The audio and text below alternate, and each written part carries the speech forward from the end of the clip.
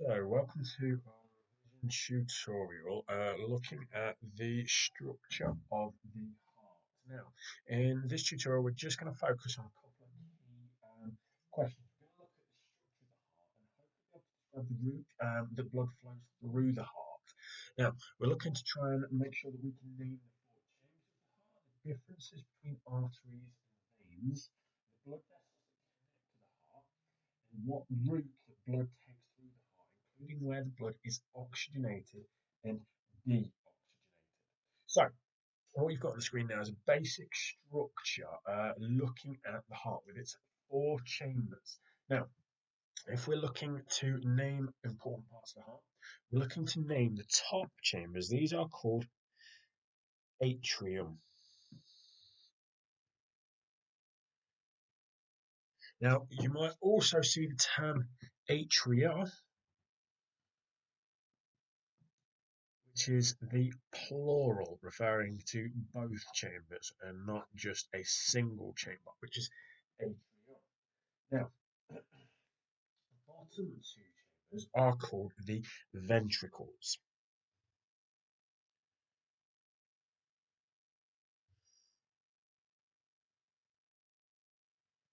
These are the ventricles. Now, the heart is mirrored. Now, what that means is that when you are writing and labeling the structure of the heart, you have to remember that the orientation on the page represents the orientation within a person.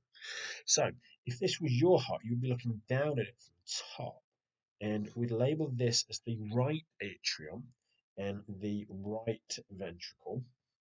And this will be the left atrium and the left ventricle, even though on the page it seems as though they are the wrong way round. Now, we've got to think about the direction of blood that moves in and out of the heart. So, I'm going to put in a couple of arrows showing where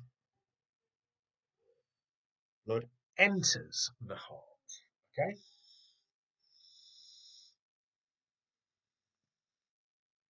Now, if we label these, I'm just going to label them with 3. Whereas here, we're going to label these arrows with number 1s. Now, this is just to show that in the structure of the heart, where we've got a number 1, these are arteries. These are arteries because arteries carry blood away from the heart.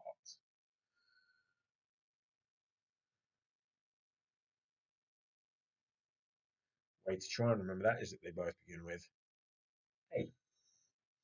So arteries carry blood away from the heart. Whereas 2 and 3 that we've just labelled,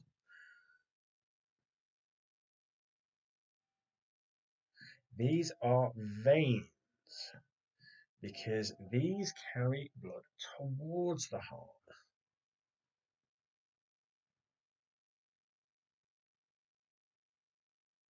So,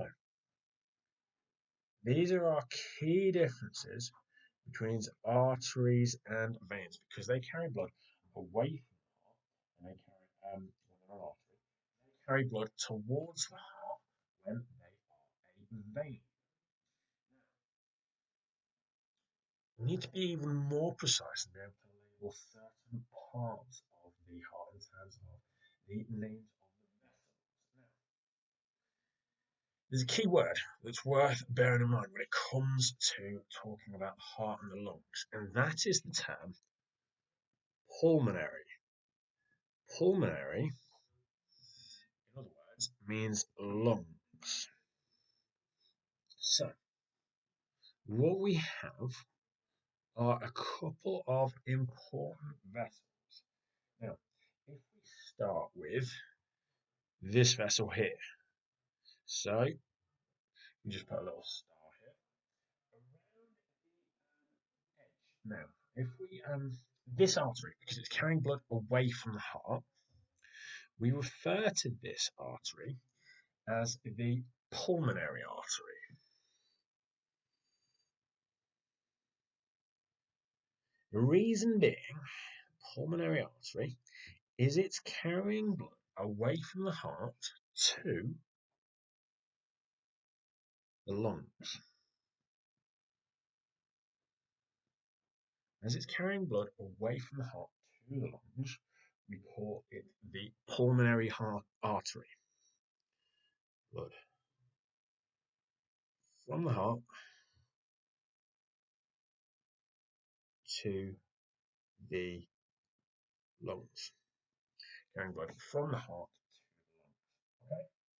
Okay. Now, in a similar vein, I'm going to put 2 stars here, just for our labeling purposes.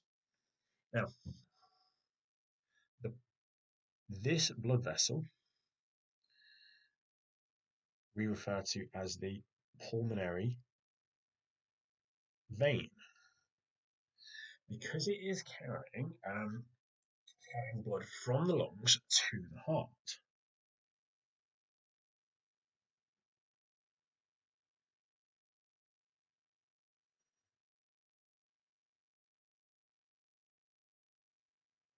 Carrying blood from the lungs to the heart. Now, we've got 2 types of vessels that we need to be aware of as well. Now, we look at this one. So this one, as we said, is the pulmonary artery carrying to the lungs. This one is carrying it blood that is going to the body. It's going to the body. So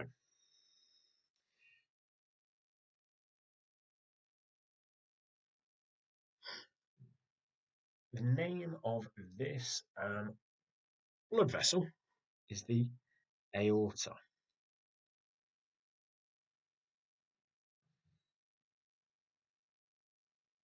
It's carrying blood to the body.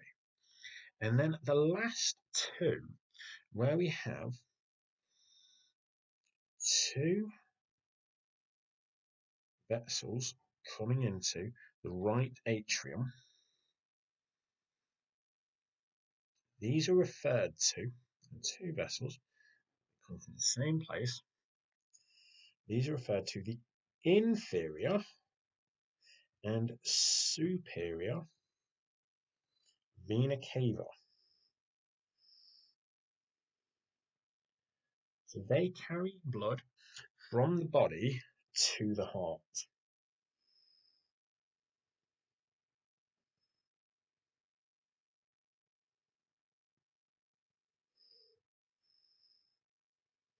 Blood from the body.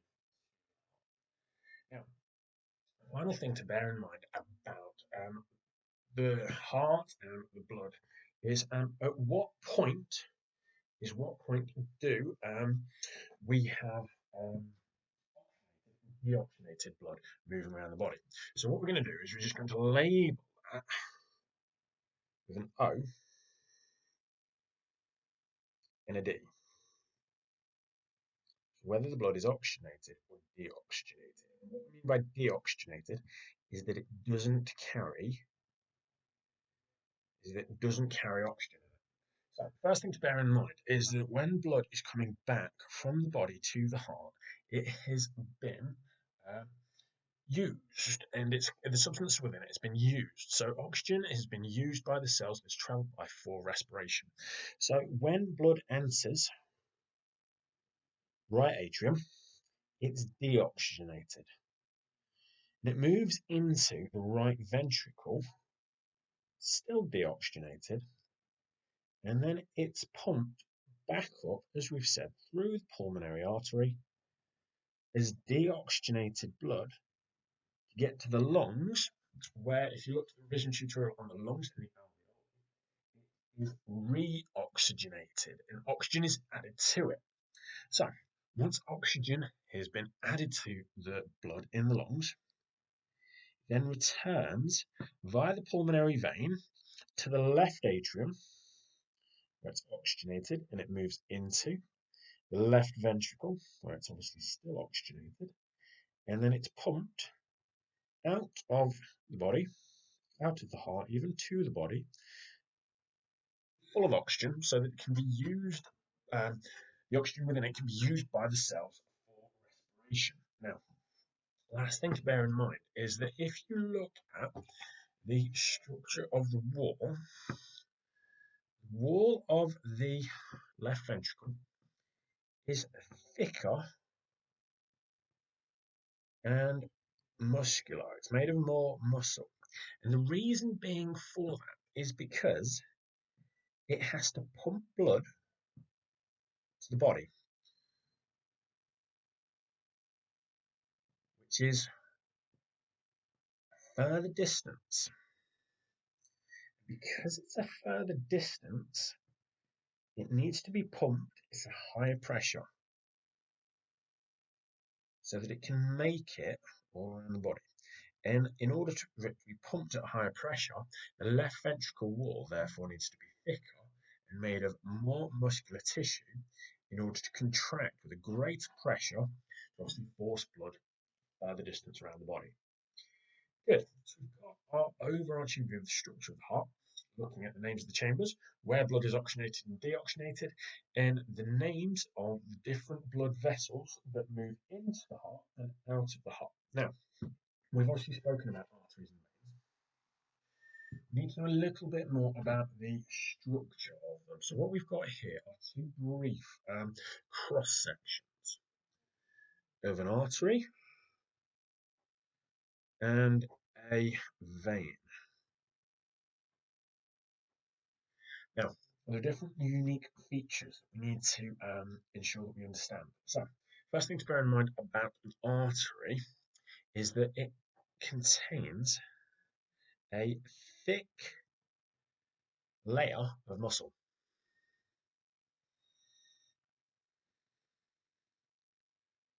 And the simple reason for this is so that it can pump blood at high pressure.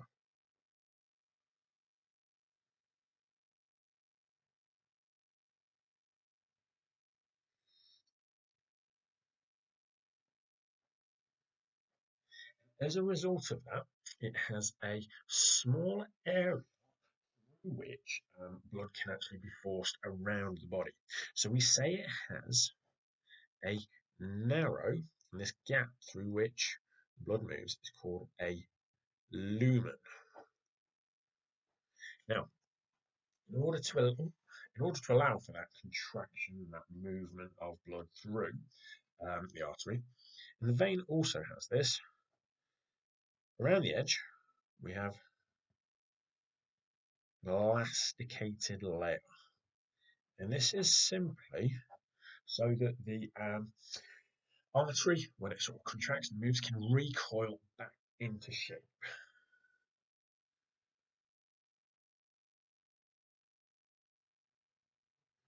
So it recoils back into shape.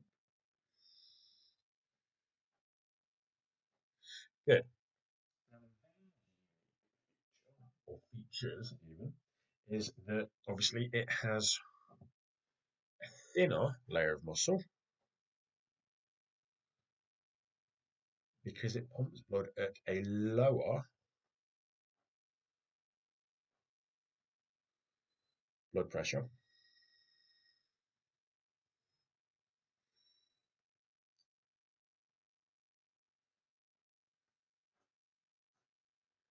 Blood at a lower blood pressure.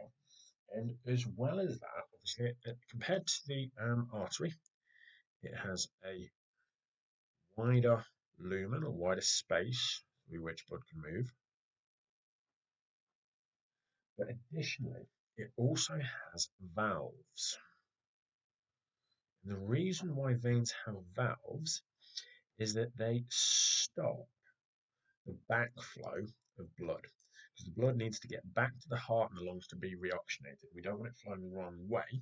So these valves stop it going the wrong way and force it back to the heart and back to the lungs. So it prevents the backflow of blood. So we've got our unique features, the arteries and veins as well. Now, the last thing we need to be familiar with and looking at is how we might go about calculating the output of the heart in terms of blood. Now, stroke volume times heart rate. So, heart rate obviously is the number of times that your heart contracts and relaxes per minute. Stroke volume is the quantity of blood that actually is forced out of your heart on every beat. And then the cardiac output is then being described as how much blood your heart is outputting each minute based on these two factors. So now, obviously, these two factors can change depending on what you are doing. So if we take our little example here, we've got our little person who's at rest. He's happy, he's standing around, he's not doing a lot. Remember, cardiac output and stroke volume are measured in litres of blood, and beats are measured per minute. Okay, so if at rest we say that he's got a stroke volume of 70 milliliters. So we need that into litres. So if we divide that by 1000, we end up with 0.07 litres. Okay? His heart rate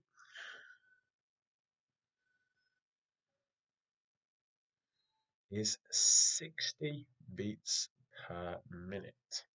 So taking those two figures to work out his cardiac output, we end up with 0.07 times 60 gives us 4.2 litres per minute. So cardiac output of blood is 4.2 litres. Else, I don't think it's litres of blood per minute. Now, obviously, that changes going from rest to exercise.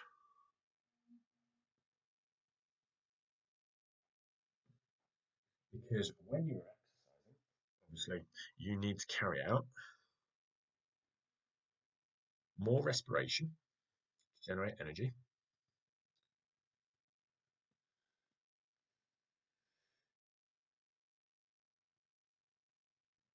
for which you need more oxygen and glucose.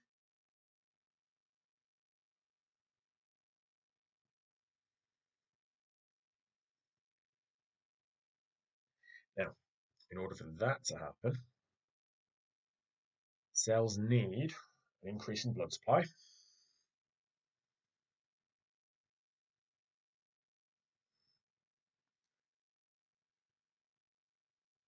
In order for that to happen, heart rate and output needs to increase.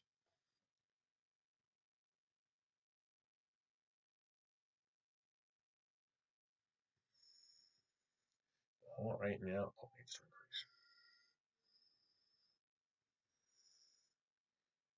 So if we think originally his cardiac output was 4.2 litres per minute.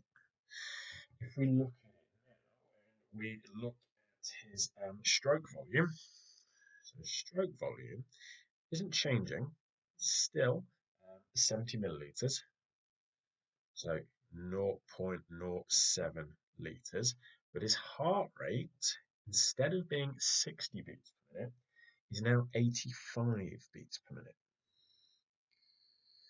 Cardiac output instead becomes 0.07 times 85 gives us 5.95 litres per minute. So, as we all know, we've now got proof for, is that exercise increases cardiac output.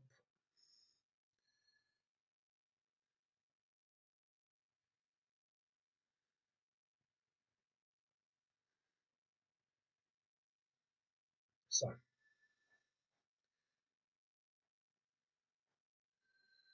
with that, we also bear in mind with any equation in science, biology, chemistry, physics, we can often rearrange it. So we can look at calculating stroke volume, we can look at calculating heart rate as well.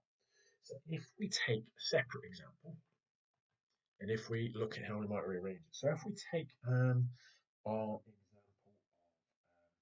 let's give our person cardiac output of 4.2 litres per minute. So our original example as it was rest. And if we then look at our stroke volume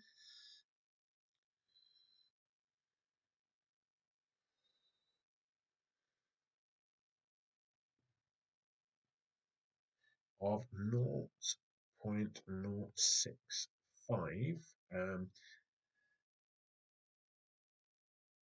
litres per beat. So we've got stroke volume of 0.065 and cardiac output of 4.2 litres. So we can look at our equation. If you want to put it in the form of a triangle, that's absolutely fine. But heart rate equals cardiac output divided by stroke volume. So if we put those two numbers into a calculator, what we end up with is 4.2 divided by 0.065 gives us 64.6, which if we round it becomes 65 beats per minute. So, and that's how you can calculate cardiac output or stroke volume or heart rate using this equation. So, thank you for watching our tutorial.